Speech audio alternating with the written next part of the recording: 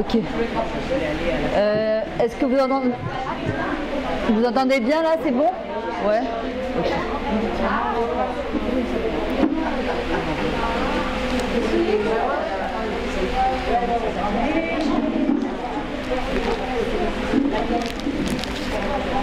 Ah non.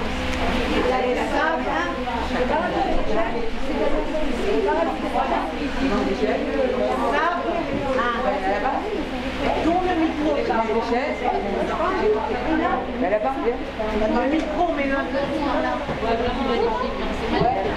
Il tient pas après. Oui, il tient pas. Écoute, s'il n'y a pas de... Tu veux que je tienne à la main? Hein? Tu veux que je tienne à la main? Ouais. Vas-y, viens. J'ai l'habitude. Allô? Ok. Allô?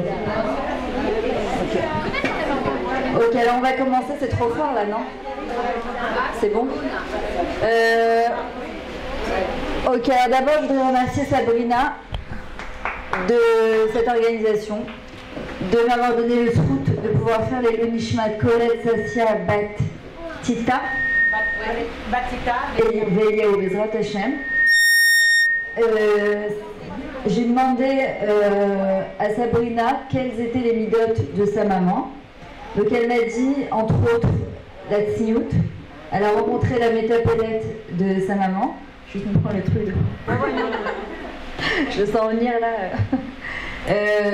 Qui lui a précisé aujourd'hui, hier, ou c'était vendredi, je ne me souviens plus, jeudi matin, que la maman de Sabrina était très tsanoua, que c'était une femme qui n'aimait pas des conflits, qui aimait le shalom. Il y avait d'autres choses que... La discrétion. La patience. La patience. Il faudrait essayer de le remettre. C'est pas grave, sinon c'est bon. Merci beaucoup en tout cas. La patience. De toute façon, tous ces traits de caractère, ils se concentrent, je dirais en un seul mot, le shalom. Voilà. Et c'est pour ça que j'ai décidé. Oh là là. J'ai décidé ce soir. Sans micro, vous m'entendez ou pas? Ouais. Comme ça? Comme ça? Voilà. Non mais on va avoir très chaud en matière. On va y arriver. Les Hashem. Donc j'ai décidé de faire un cours sur le shalom. Pourquoi le shalom? Parce en plus on est dans les 3 semaines entre 17 Tammuz et Tisha B'Av. Et on sait très bien qu'en particulier à cette période de l'année, on doit redoubler de shalom. Le shalom, ce qui comprend la hardout, l'unicité dans l'homme Israël, qui comprend la donekavsrout, parce que pour être béchalom avec les autres, on est obligé de juger favorablement les autres, forcément. Le shalom, qui est le prénom, un des prénoms d'Akadosh Baruch Hu. On voit quand dans la Mida, on fait Osé Shalom Limbromar, on fait 3 pas en arrière. Pourquoi? Parce que pour arriver à être béchalom avec les gens, et avec soi-même d'abord, il faut prendre du recul par rapport à la situation. Qu'est-ce qui nous empêche d'être béchalom, d'être en paix intérieure, être en paix avec Hachem, être en paix avec son mari, ses enfants, son entourage? C'est quand on n'a pas de recul par rapport à la situation et qu'on voit, on a la tête complètement dans le sac, ça nous empêche de voir les choses avec du recul par rapport à la vie. Maintenant, on voit qu'il y a des gens qui prônent le shalom. Le shalom, ça vient du mot shalem. Shalem, c'est la perfection. Aucune personne au monde n'est parfaite et ne sera parfaite. Il n'y a que Akadosh Baruch Hu qui est parfait. Pourquoi c'est un de ses prénoms? Nous, on fait partie, on est Chelek Elohim Ima'al. On est une partie d'Akadosh Baruch Hu. Ça veut dire quoi? On fait partie de cette perfection. Hachem, quand il a dit à Abraham Lech Lecha, qu'est-ce qu'il lui a dit? Sors de toi pour revenir vers toi. Lech, c'est la Gematria 50.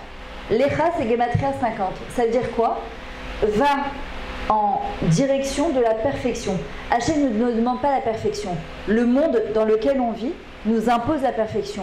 Au niveau du corps, au niveau de la taille, au niveau du mariage, au niveau des enfants, au niveau de la parnassa, au niveau de la maison, au niveau de tout. Et c'est fatigant, c'est épuisant. Akadosh Baruch Hu, lui, nous dit, voilà, quand est-ce qu'on saura qu'on est parfaite? Quand on comprendra qu'on est imparfaite. La perfection, c'est quand une personne, elle arrive à accepter son imperfection. Adam et Chava, on va en parler tout à l'heure, pour la Prachat Chala, quand ils étaient dans le Gan Eden, ils étaient parfaits. Le son, ça va ou j'ai l'impression qu'il est... Mais ça va.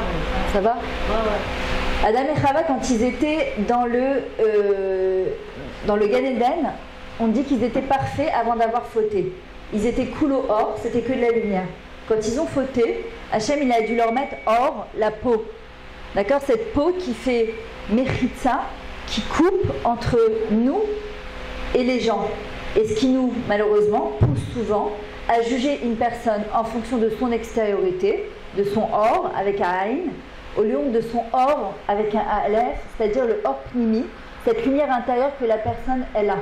Et en vrai, ce que Akadosh Baruch Hu nous demande, c'est justement de retourner vers cette lumière, les ha'ir, c'est d'éclairer, et pas les ha'ir avec un Aïn, qui veut dire critiquer, faire des remontrances, toujours dire à une personne qu'elle n'est pas baissée d'air, qu'elle n'est pas bien, qu'elle a ça à faire, qu'elle a ça à s'améliorer, etc. Maintenant, quand ils ont fauté, ils sont devenus imparfaits. Une personne qui tend vers la perfection, ce qu'elle doit faire, c'est qu'elle doit accepter qu'elle est imparfaite pour arriver à avoir de la perfection avec l'autre, avec Hachem. Et Hachem, encore une fois, ne demande pas la perfection. Ce qui se passe, pourquoi en général on est en marloquette avec les gens? Pourquoi on se dispute avec les gens? Souvent, et presque toujours, le shoresh, la racine de ça, c'est quoi? De la gava. C'est de l'orgueil. Souvent, c'est parce que je veux imposer ma manière de réfléchir, de faire ou d'être en pensant que je détiens le émet, la vérité absolue. Alors qu'en vrai, éviter les conflits comme ta maman le faisait, c'est accepter que l'autre, il a une autre manière de penser que moi. Les ébécédas gamons, elle a le droit de penser différemment. Et je peux même entendre et je suis capable d'écouter. Souvent le problème c'est qu'on n'entend pas, on n'écoute pas, on refuse et on voudrait que notre manière de penser, ça soit le émettre la mytho. Alors que pas du tout. La Torah quand elle a été créée, il y a 70 facettes. C'est pour ça que par exemple, chaque fois on me demande quelle chita tu es et je réponds chitat Moshe Rabbeinu. Pourquoi? Parce que Moshe Rabbeinu a fait descendre la Torah avec ses 70 facettes. Je prends des Chabad, je prends des Breslev, je prends des Chassid de Gros, je prends des Litaïm, je prends de tout. Parce qu'il y a à prendre de tout. Chez les Datilomi, il y a cette Avat Israël, Aval Azulat, la Chita du Rav Kook, elle est exceptionnelle. D'accord? Chez les Chabad, il y a cette Avat Israël, chez les Breslev, il y a une autre Chita, chez les Litaïm, il y a cette Tirat Shamein. Donc il n'y a pas une Chita qui vaut mieux que l'autre. Non, c'est bon, ouais, merci. Il n'y a pas une Chita qui vaut mieux que l'autre.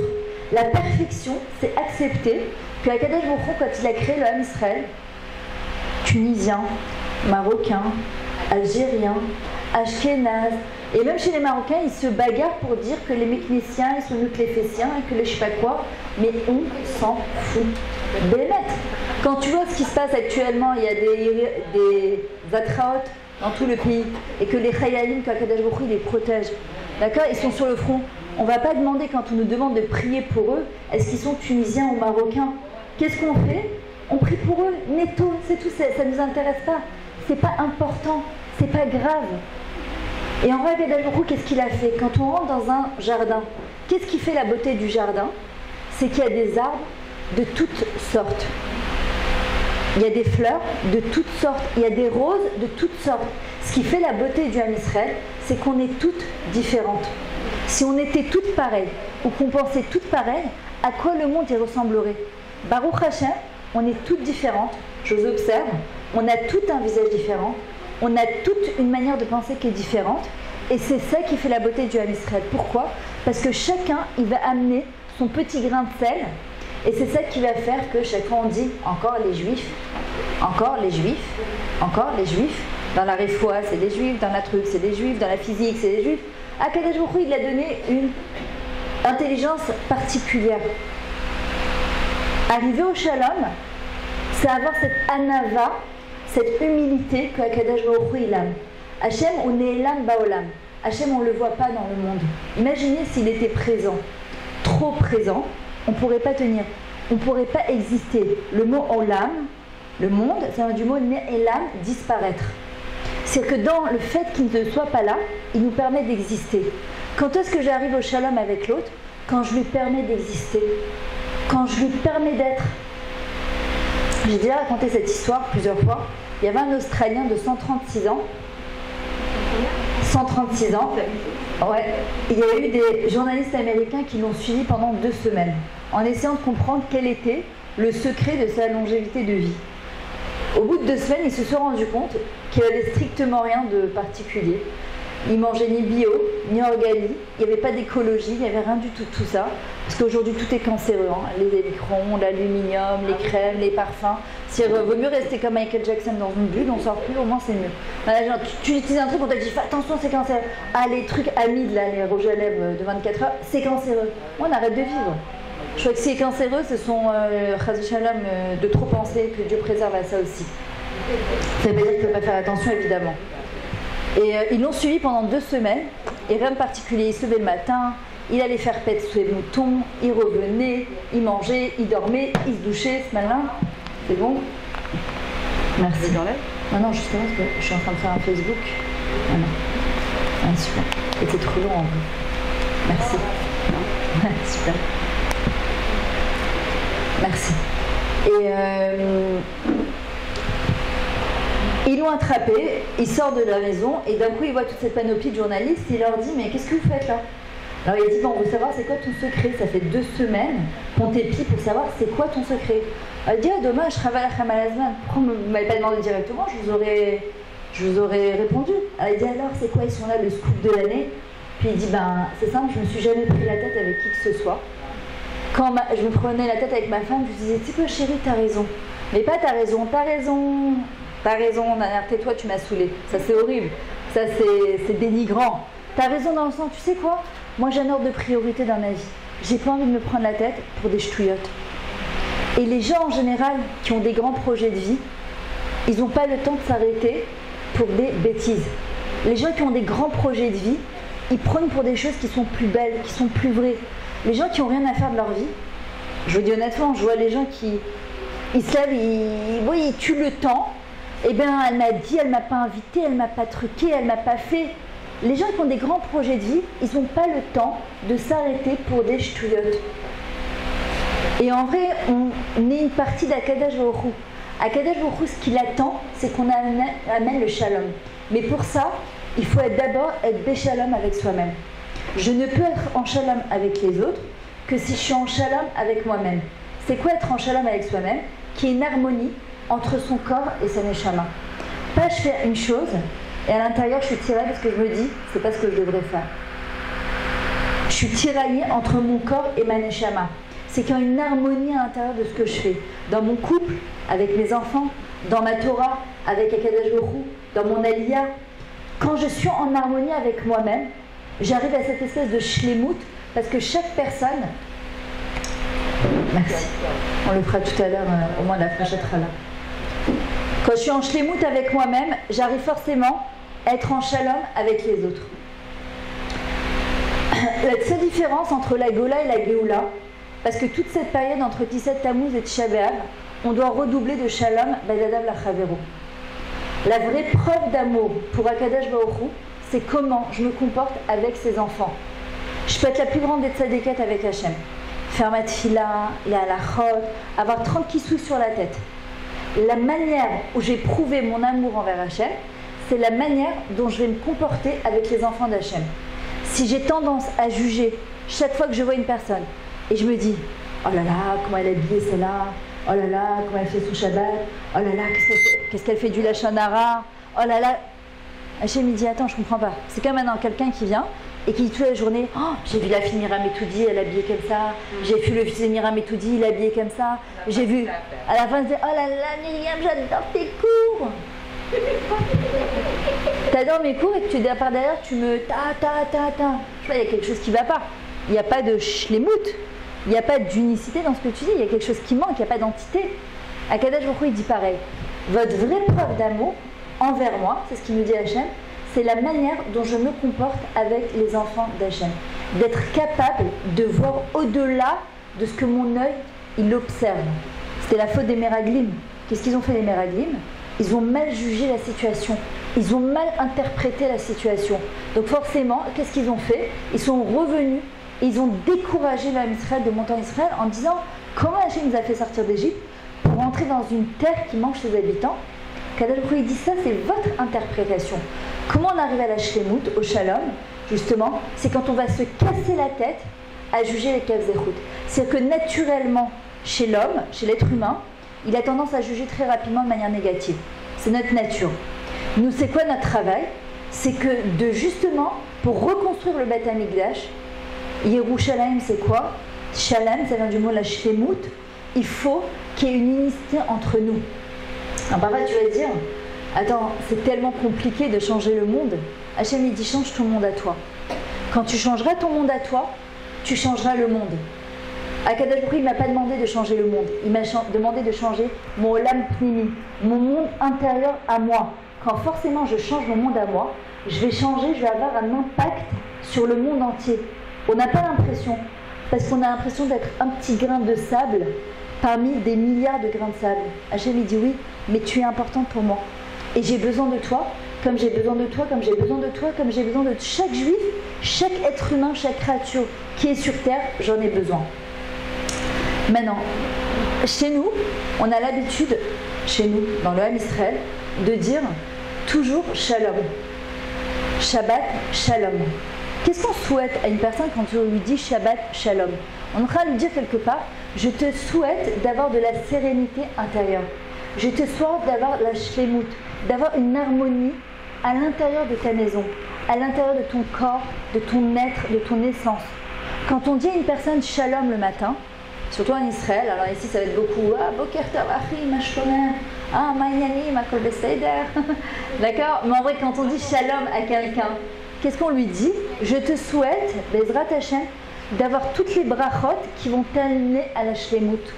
C'est ça quand on dit le mot shalom, c'est pas stable. Quand on dit shalom à quelqu'un, la Gemara te dit montrer ses dents blanches à quelqu'un, il n'y a pas un plus grand chesed, plus que de faire un chèque de $1 million. Pourquoi? Parce qu'on peut redonner la vie à quelqu'un. Et faire le shalom avec une personne, c'est faire le shalom avec Akadosh Baruch Hu. Le Rav Simcha Cohen, il raconte que quand il était, un jour sa femme, elle était très fâchée avec la voisine du dessus, il lui a dit, écoute, Zelomatim, chez nous, on reste pas fâché comme ça. Tu vas, c'est pas de notre niveau, tu vas et tu lui demandes pardon. Et on s'explique, et c'est où? Elle revient une demi-heure après, elle est rouge comme une tomate, elle est encore plus énervée avant d'être partie. Alors elle lui dit, je comprends pas, c'est quoi ton problème? Alors elle lui dit, je lui ai dit, on s'est expliqué à la fin, je lui ai dit, mais sache quand même que c'est moi qui avais raison. Ça s'appelle pas faire le shalom. C'est quoi le shoresh? La racine de ça, c'est de la gava. Je suis prête à demander pardon, mais d'abord je veux que tu saches que c'est moi qui ai le dernier mot. Et on te dit, tu peux pas être tzadéket et tzodéket. Tu peux pas avoir raison et être tzadéket en même temps. Ça marche pas. Parce que pour être tzadéket, je suis obligée de laisser shalom à Kadesh Baruch Hu entre la personne et moi. Qu'est-ce que ça me coûte d'avoir raison? Pourquoi je suis obligée d'avoir le dernier mot? Encore une fois, la racine de ça, c'est quoi? C'est de la gava. C'est que de la gava. Et c'est très dur, hein, je vous le dis, la tête reposée. Mais quand tu es en conflit avec ton mari, quand tu es en conflit avec un enfant, ou avec ta belle-mère, ou avec ta belle-sœur, avec une collègue de travail, tu as juste envie de la taper. Mais mec, tu as juste envie de le taper, tu as juste envie de lui dire va rentrer chez ta mère. Non, mais c'est vrai, ça t'énerve. Juste après, tu reprends un peu des esprits. Et en vrai, comment on arrive au shalom? C'est toujours se poser la question, qu'est-ce que Akadosh Baruch Hu, il attend de moi? Qu'est-ce qui va nous amener au shalom? Qu'est-ce que Hachem, il attend de moi? En vrai, ma sœur, elle avait organisé, il y a 1 an ou 2 ans, je ne me rappelle plus, ça passe tellement vite, c'était en 2015. Ouais, donc ça fait déjà 3 ans, c'est malin. Elle avait organisé plusieurs séries de cours dans le théâtre de Jérusalem sur le shalom. On avait fait venir un violoniste et un pianiste, c'était magnifique. Et en fait, on avait expliqué la notion de shalom. Faire le shalom, puisqu'on sait que le monde il sera reconstruit à travers le shalom, c'est faire un shitouf peoula avec Akadosh Baruch Hu. Ça veut dire d'être associé à Hachem dans le projet de la Géoula.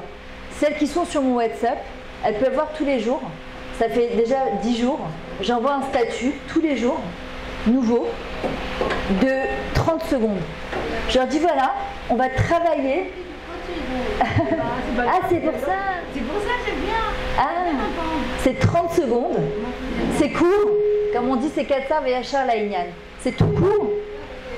Tous les jours, on essaie de travailler sur un point. C'est-à-dire que quand parfois tu dis à une personne, tu vas travailler 40 jours sur le Shmirat Halashon ou sur la Tziout, les gens parfois ils ne tiennent pas. Donc tous les jours j'envoie quelque chose de nouveau. Aujourd'hui, j'ai fait les Nishmat Tamer, j'ai dit voilà aujourd'hui, Bezrat Hashem, on va travailler sur le Shalom. C'est-à-dire la manière dont on va dire Shalom, pas allez bye, hein, ça va? Non, un vrai Shalom avec un vrai sourire. Un vrai Shalom avec tout son cœur. Et c'est se dire en quoi je vais amener le Shalom dans le monde, c'est être Beshitouf Peoula, être en action avec Hachem dans le projet de la Géoula. De quelle manière? Quand je vais essayer de faire parfois comme il dit Eve Talmidei Shel Aaron, Oev Shalom, Verodev Shalom. Il faut être, soyons les Talmidim, les élèves de Aaron à Kohen, qui aimaient le Shalom et qui poursuivaient le Shalom. C'est-à-dire que c'est un tzivouille. On nous ordonne d'aimer le Shalom. Pourquoi? Parce que la Midat HaShalom,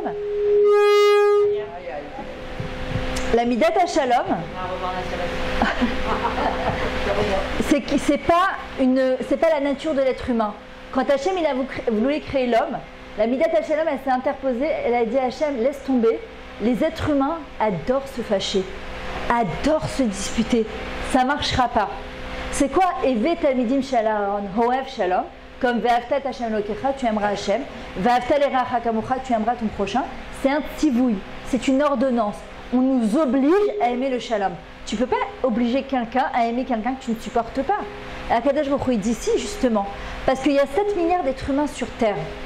Et c'est pas pour rien que je vais rencontrer Roselyne, Sabrina, Ruth, excusez-moi, je fais comment Golda, Tiona. D'accord? C'est pas pour rien que je vais rencontrer ces personnes-là.